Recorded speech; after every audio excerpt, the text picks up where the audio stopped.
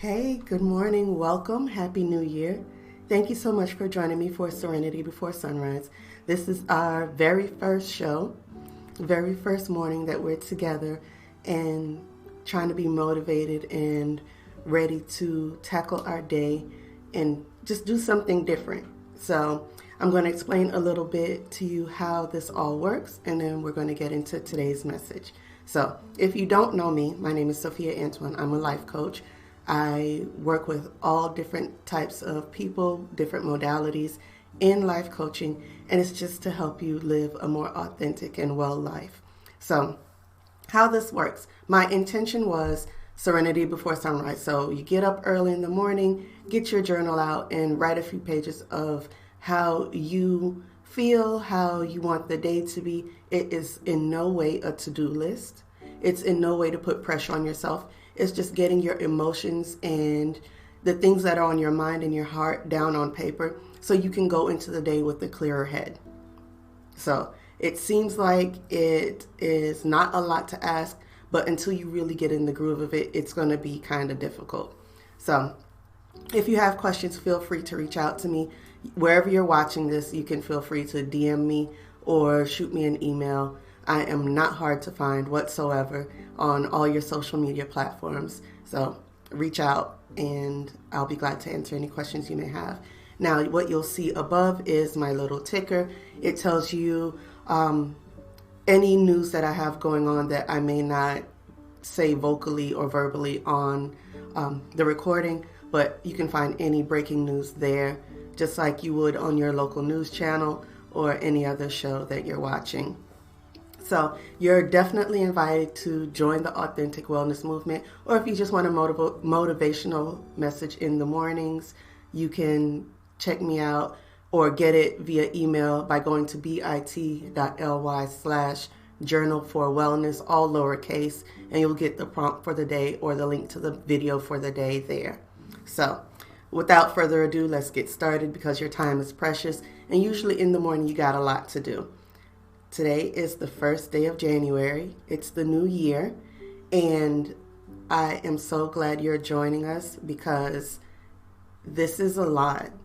We've been through so much in the past 2.5, maybe 3 years that we need a different way to do things. People are looking for new ways to be better, feel better, be well, and I think this is a wonderful way to do it. So let's start out.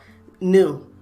We say it all the time. We're going to be saying Happy New Year for at least the next month to people that you have maybe as contacts in real life or people that you see online. Definitely on Facebook and Instagram, you'll see it everywhere. Happy New Year. There'll be New Year sales. But what really does new mean? And something I forgot to mention, I always have notes down here. So if you see me looking down, periodically, you'll see me just glancing at my notes. Make sure I stay on track.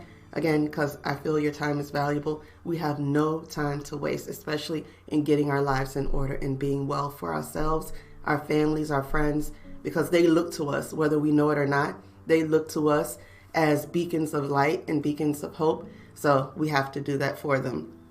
So the definition, as I've taken it down, of new is not existing before. And definitely none of us have been in 2022 before, and we're looking forward to great and mighty things. But new also means that it's being experienced for the first time.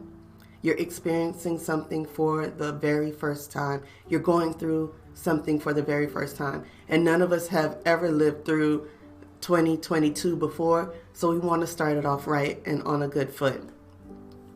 The things that are most relatable to me that I could come up with in regards to new is when you're looking for or when you land a new job or you get into a new relationship. That's always exciting. And maybe a new baby. If you are a first-time parent, that's definitely new. And a lot of it comes with anxieties and you don't know what to do. There's no manual for any of this. But you want to know how to do it right. You want to do it properly. And when things are new, you kind of take it as, just getting adjusted here. You kind of take it as so great and it's wonderful, and you handle it with kid gloves, and you want to make sure that you are doing the best that you can at all times, putting your best foot forward. But the problem lies when you start treating things that are new like they're common or they're familiar. We all have had, say, the new car. When you first get your car, it has that new car smell. You don't want anybody to drink in it. You don't want anybody to eat in it. You're washing it every week. You're putting Armor All on the tires. You're buffing it, all that stuff. Let that first year pass, and there's a stain on your seat, and then it was like, forget it. Anybody can get in with the drink or get in with some food. You spill ketchup because you're trying to put the fries on it because you're on a road trip or something like that, trying to eat on the way to work. I'll never forget when I got my new car one day, maybe not even a week into having it. I was on my way to work one morning, and I packed my lunch, I put it in the seat, and something leaked on my brand new seat, and I had a stain on it. The stain is still there. I was like, well, you know what, forget it. It's not new no more. You lose interest in it. Now, I never mistreated my vehicle, but I was not as happy, so to speak, or I was not as enthusiastic about keeping the inside clean because it was no longer new. It had already had a blemish or something like that. So I didn't treat it as I did when I first got it. So that kind of puts you in the mind frame of, what happens when things are no longer new. It's common now. So I have never been a washer of cars. I can tell you, every vehicle I had, listen, it was about let the rain wash it. I'm not washing it. So that was never me, but the interior, I always wanted clean. But that brings us back to treating things that are new and you were once so ecstatic and so happy about as common. We can't afford to do that anymore. Excuse me. We can't afford to do that anymore. We have to treat every day this year as if it is brand new, because it is. We've not lived it before. And, excuse me, and we've not had it before. So we have to treat it just like we're treating today, the very first day of the year. Have that same excitement about March 1st. Have that same excitement about July 1st. Because if you don't, you're going to fall back into old habits that you claim you want to change. So we don't want that. Don't fall back into that. And what will you do to keep that from happening? Or what can you do to keep that from happening? What you can do is keep this journal, to keep this motivation, and look back on how excited you were on this day, on how excited you were that you made it to this day, because we all caught hell these last 2.5 years. Whether it has shown itself in your life now or it will show itself in your life down the road, we are all blessed and wonderfully favored to make it this far. So you got to treat every day like that. You're going to have bad days.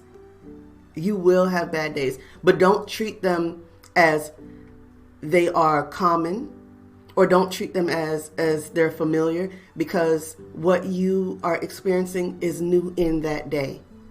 You use it, you turn it around, you give it meaning. It may not be a perfect day, but give it meaning so tomorrow you can do something different and you can encourage somebody else. Like I said, people are always watching you, especially in this day and age, always watching you and see how you react or you respond to things. So make sure that you're reacting and you're responding in a way that will motivate someone else. Will it always be easy? No, it's not always easy. It's going to be downright difficult sometimes. You're going to experience grief. You're going to experience loss. But there's a way that you can get through it that will make it easier for somebody else. So realize it's not only you. And a lot of people have made New Year's resolutions. New Year's resolutions barely make it to the end of January, much less the end of the year. What you can do to help yourself is, if you have goals, if you have resolutions, if you have intentions, whatever you call them, break them down into manageable chunks. So how will you break down your resolution or what you want to do? My thing is, I love to work out. I love to eat well. But when work gets hectic, that workout regimen, that falls by the wayside. If I have to do a lot of overtime, or if I have to, fill in for people who are out on vacation, my workout regimen is the first thing to go. And I shouldn't do that. So get back in it and maybe find a way to schedule your important things first. Schedule it where you get it done early in the morning, like this journaling, like, getting a peace of mind before the day. So do all of that stuff, whatever it takes to make sure you are on track to meet your goals. Because if you don't want to be at the end of your life feeling like you left here still full or you didn't make a difference. But in order to make a difference, you have to make a plan. That is the most important thing. Plan, plan, plan. It's new to you now. It'll be new to somebody else later. And I don't think I mentioned it in this session, but if you are keeping this journal, oh, there's a moth in here. Yeah, see, technical difficulties. Not really, but a moth. Anyway, if you're keeping this journal and you don't want anybody else to read it, keep it in a safe place, but realize you may be leaving it as a legacy for maybe your children or your grandchildren or somebody like that. So they can know how to get through things, how you got through hard times. You can encourage your generations for years and years to come. So that's another reason for journaling. And I ask that you not type it, write it out longhand. There is something so beautiful in seeing your loved one's handwriting after they're gone. Because my dad, he was in school, and when we were going through his things, I found an essay that he wrote. I mean, at 80 years old, he was still in school, an essay that he wrote about how proud he was for coming to America and, living the American dream. And that's beautiful to me. I keep it in my drawer because I am so happy to have something in his handwriting. So it makes you feel closer to the person. So definitely consider that. But back to your goals. Big goals can be accomplished by breaking them down into chunks. So if you got something that is for this month that you want to accomplish, you have to be willing to plan it out and break it down into weekly goals, into daily goals, even hour by hour goals. Put down when you're going to sleep. Put down when you're going to work. Find out about yourself and see if you put out your best work in the morning, the afternoon, the night. For me, it's morning. You can get the best work out of me in the morning because as the day goes on, if I haven't done like the real foundation of my work, you're not going to get anything good or really meaningful out of me. So learn that about yourself and do those hard things first. If you get the hard stuff done first and get it out of the way, you have nothing but smooth sailing the rest of the day. So this is not only about making your goals come true, it's about learning about yourself. So, you'll open yourself up to a lot more new stuff once you get the hard parts out of the way. I hope that helps. I hope your journaling is successful. There's no wrong way to do it. It's just about getting your feelings and what's on your heart and mind down on paper. And the more you do it, the easier it'll get. I appreciate you joining me today. If you haven't caught like the original, go ahead, you can watch the replay. Please like, share. There's nothing to subscribe to really. I'll post these messages daily, but I hope they help. If you have any feedback for me, you can reach me on any type of social media platform, mainly on Facebook and Instagram, but I do check my messages on the other platforms too. I hope you enjoy it. Again, have a wonderful new year, and I hope this is the start of a beautiful new relationship with not only me, but with yourself and your family too, just to really get you to the place where you want to be. So in the meantime, go ahead, live authentically. Don't care what nobody else says or thinks. You have to live for you, not in the selfish sense, but in getting your dreams and putting them out there. And don't be ashamed of anything that you're going through, because 9 times out of 10, maybe 10 times out of 10, other people are going through it too. They really are. If you feel like you want to connect with me, please do. I can't say that enough. Please do.